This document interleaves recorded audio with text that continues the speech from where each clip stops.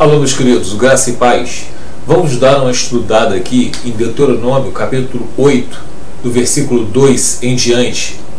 Diz assim: lembre-se de como o Senhor, o seu Deus, os conduziu por todo o caminho no deserto, durante esses 40 anos, para humilhá-los e pô-los à prova.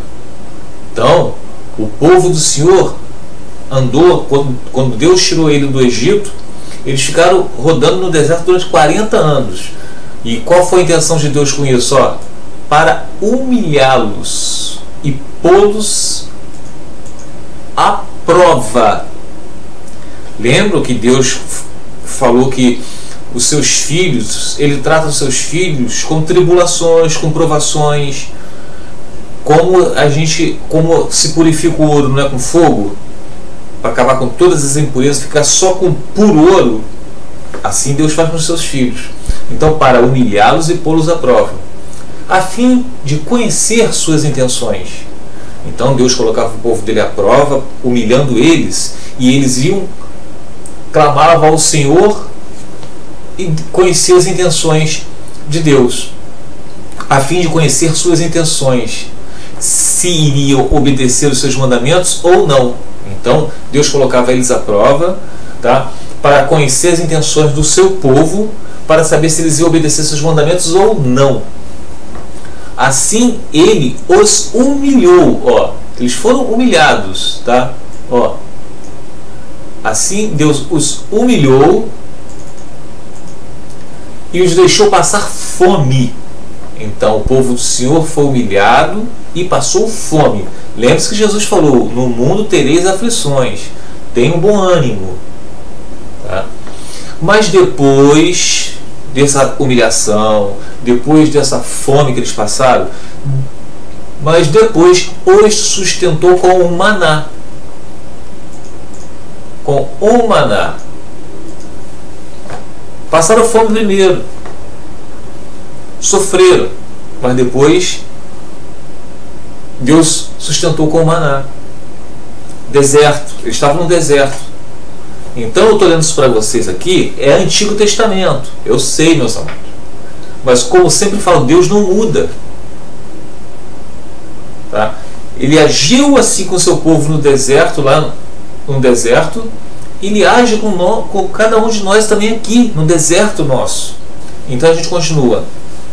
Mas depois o sustentou com maná, que nem vocês, nem os seus antepassados conheciam, para mostrar-lhe que nem só de pão viverá o homem, mas de toda a palavra que procede da boca do Senhor. As roupas de vocês não se gastaram, e os seus pés não incharam durante esses 40 anos. Saibam, pois, em seu coração, que assim como um homem disciplina o seu filho, da mesma forma o Senhor, o seu Deus, os disciplina. Quando eu era criança, eu preferia que minha mãe me batesse, porque bateu ia doer, claro, mas logo logo estaria na rua para brincar, de quando ela me castigava. Quando era castigo, eu via as crianças brincando e eu não podia brincar. Então o castigo, eles fazem a gente ponderar. E a minha mãe me castigava, não é porque ela me odiava, não. Muito pelo contrário, porque ela me amava. Ela queria meu bem. Ela queria o filho dela obediente a ela. Porque eu também era espoleta, né? Então continua assim, no versículo 6: obedeçam aos mandamentos do Senhor, o seu Deus, andando em seus caminhos e dele tendo temor, pois o Senhor, o seu Deus, os está levando a uma boa terra, os está levando a uma boa terra, cheia de riachos e tanques de água, de fontes que jorram nos vales e nas colinas, terra de trigo e cevada, videiras e figueiras, de romãzeiras, azeite de oliva e mel, terra onde não faltará pão e onde não terão falta de nada, terra onde as rochas têm ferro e onde vocês poderão extrair cobre das colinas.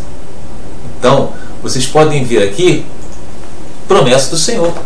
Andar nos mandamentos dele. Wellington, mas aquilo ali era a época que as pessoas tinham que cumprir a lei para que o Senhor não fulminasse o seu povo. Tinha que cumprir a lei. Hoje, Wellington, nós vivemos na era da graça. Hoje é somente crer em Jesus Cristo, sim. Mas lembra do livro de Tiago, quando ele diz: mostre a sua fé sem as obras, que através das minhas obras mostrarei a minha fé. Quando a gente tem fé, meus amados, em Jesus Cristo, a gente vai querer agradar quem? A nossa carne ou a Jesus? E como é que a gente agrada a Jesus? Através das nossas obras aqui. Raabe, foi através das obras dela que ela mostrou a sua fé. Abraão, foi através das suas obras que ele mostrou a sua fé. E Abraão foi o pai da fé. Então, Deus não muda. Vocês têm que colocar isso na cabeça de vocês. E no casamento é a mesma coisa. Aqui está dizendo, ó, Deus está levando a boa terra cheia de riachos, tanques, águas de fontes que jorram vales nas colinas. Então, nós temos que andar direito aqui. A nossa salvação, a nossa luta é nas regiões celestiais. Então, a gente tem que ter vida de oração, leitura bíblica, tá? Essa é a nossa luta contra o inimigo, que é Satanás. E as nossas provações é permanecer firmes diante dos mandamentos do Senhor. E não no que esses pastores das igrejas abrem exceções para vocês se casarem outra vez. Então, continuando assim, ó. Advertência contra a ingratidão. Depois que estiverem comido até ficarem satisfeitos, louve o Senhor, o seu Deus, pela boa terra que lhes deu. Tenham cuidado de não se esquecer do Senhor, o seu Deus, deixando de obedecer aos seus mandamentos, às suas ordenanças e aos seus decretos que hoje lhe ordeno. Quer dizer, deixando de obedecer aos seus mandamentos. Muitos, quando tem o seu cônjuge de volta, começam a se esfriar diante do Senhor. Muitos oravam, tinham vida de orações todos os dias. Eu sei que não existe nenhuma fórmula. Você tem que orar 1 hora seguida, 3 horas seguida. Não existe isso na Bíblia, meus amados. Você tem que ter intimidade com Deus.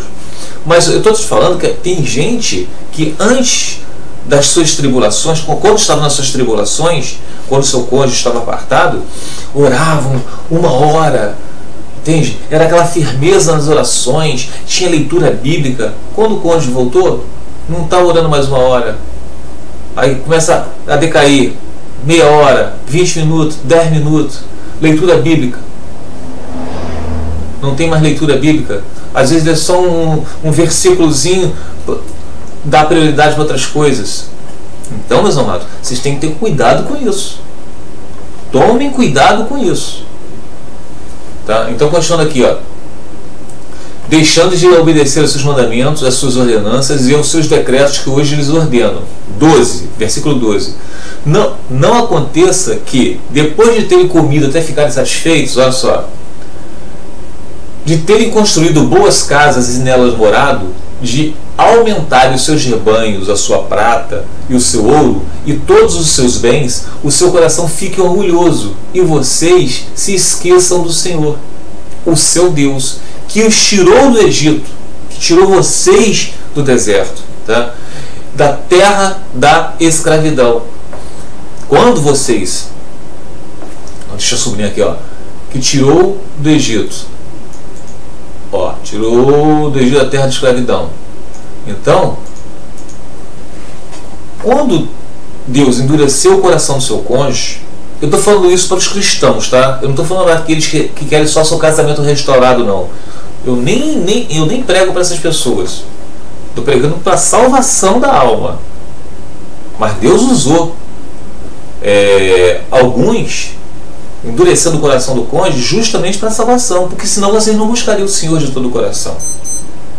A gente sabe que tem muitos que estão buscando a Deus não pela salvação, mas por interesse próprio de querer seu cônjuge de volta. Na verdade, eles não querem a salvação. Tá? Então vocês têm que tomar cuidado disso. Ó. Tirou do Egito. vocês, que Deus endureceu o coração do cônjuge de vocês, Deus tirou vocês do Egito, da terra da escravidão. Vocês eram servos de Satanás. Hoje, através do seu cônjuge que foi, vocês passaram a buscar Deus de todo o coração. Não há quem busca Deus. Se não há quem busca Deus e hoje vocês estão buscando, é porque Deus colocou isso em vocês. Porque se Deus não tivesse endurecido o coração do seu cônjuge como endureceu do faraó, vocês hoje não estariam buscando Deus de todo o coração. Se Deus não tivesse endurecido o coração do faraó, aquelas 10 pragas não seriam manifestas para as pessoas verem o poder do Deus de Israel. Então, vocês têm que se ater a isso, tá? Versículo 15. Ele os conduziu pelo imenso e pavoroso deserto, por aquela terra seca e sem água, de serpentes e escorpiões venenosos. Ele tirou água da rocha. Eles conduziu, olha só, eles conduziu pelo imenso e pavoroso deserto, por aquela terra seca e sem água, de serpentes e escorpiões venenosos. O que a gente vê nisso? Escorpiões venenosos. Quem são esses escorpiões venenosos que a gente pode atribuir ao nosso tempo da graça? São pastores que falam que vocês podem se casar com outra pessoa, que isso não é adultério. Às vezes são pessoas que nos amam, da nossa própria família, tá? Eles querem o nosso bem, mas eles não entendem a palavra do Senhor. O que eles vão falar? Aquela pessoa não te merecia não. Dá um chute na bunda dele ou dela. Procura outro, você é jovem. As pessoas falam isso porque gostam da gente, mas ela não entende a palavra do Senhor. Então Satanás usa a boca dessas pessoas. Justamente, essas são as serpentes venenosas do nosso meio. Tá? Se lembra quando Pedro falou para Jesus Cristo assim, quando Jesus falou que teria que ser morto pelos fariseus, pelos mestres da lei, e que no terceiro dia ele ia ressuscitar. O que Pedro falou? Não, mestre, não, isso não vai acontecer. O que Jesus falou para Pedro, seu apóstolo? Aparta de mim, Satanás. Então, meus amados, Pedro queria o bem de Jesus, só que ele não sabia do que estava falando. Essas são as serpentes venenosas, são as obras do maligno, tá? Então, continuando aqui, eles conduziu pelo imenso pavoroso deserto, por aquela terra seca e sem água, de serpentes e escorpiões venenosos. Ele tirou água da rocha para vocês e os sustentou no deserto com maná, que os seus antepassados não conheciam, para humilhá-los e prová-los, a fim de que tudo fosse bem com vocês. Então, Deus está humilhando cada um de vocês. E essa humilhação é para prová-los, para ver qual de vocês. Claro que Deus sabe qual de vocês que são realmente filhos de Deus. Deus sabe qual de vocês que estão buscando Ele somente com o interesse da reconciliação do cônjuge de vocês. Tá? Então, mas Ele está querendo colher nessa pescaria. Quando a gente coloca peixe na rede, vem muito peixe que não presta. Mas eles entram na rede, tanto o peixe bom quanto o peixe ruim. O peixe ruim joga-se fora. E o peixe bom, esse fica. Assim é o casamento. Assim é o deserto do cônjuge. Muitos estão buscando a Deus realmente porque são filhos de Deus. Outros são por puro interesse. Entende? Continuando aqui. Ele tirou água da rocha para humilhá-los, né? No versículo 17. Não digam, pois, em seu coração, a minha capacidade e a força das minhas mãos ajuntaram para mim toda essa riqueza. Mas lembre-se do Senhor, o seu Deus, pois é Ele que lhes dá capacidade de produzir riqueza, confirmando a aliança que jurou aos seus antepassados, conforme hoje se vê.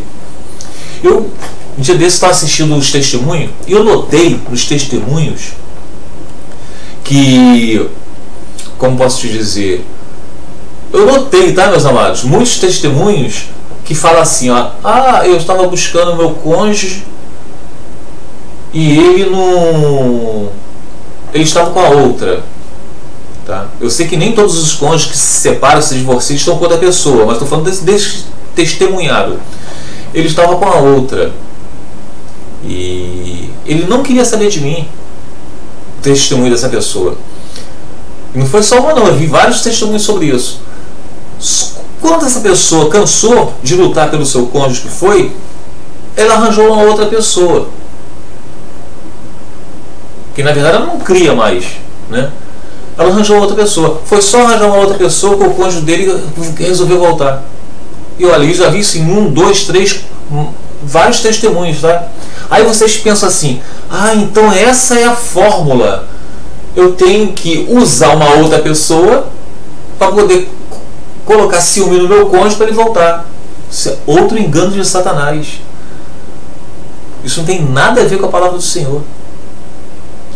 Não é pela força do nosso braço, não, meus amados. Senão vocês vão ter somente um casamento reconciliado.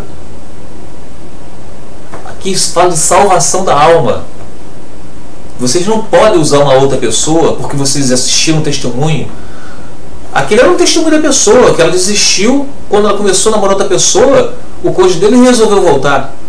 Mas isso não quer dizer que essa pessoa também usou uma outra pessoa. Ela só testemunhou.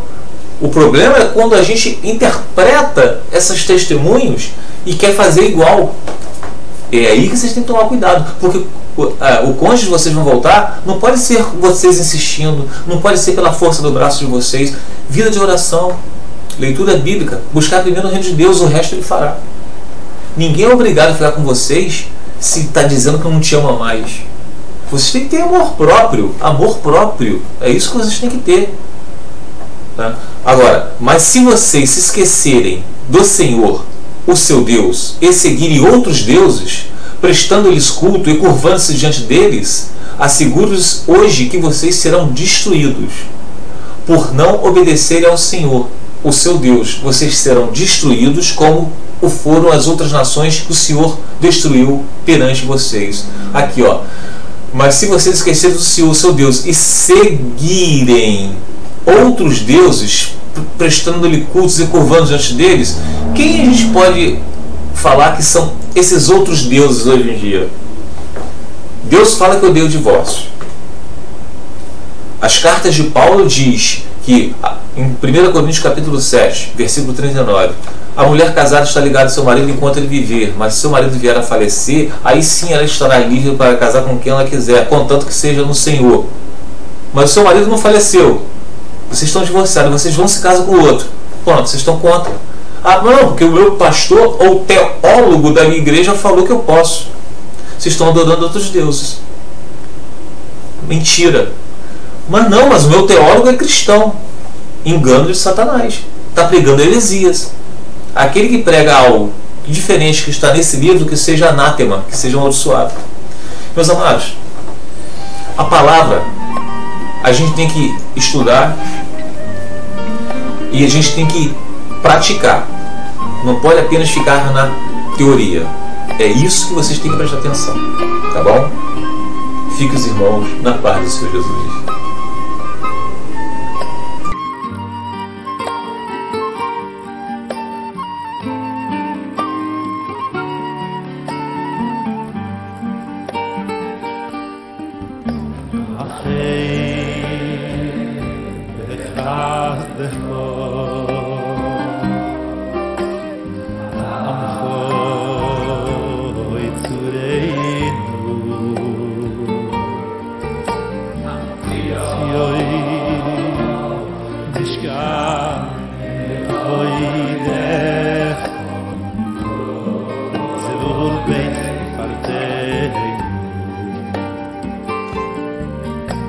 Rachel,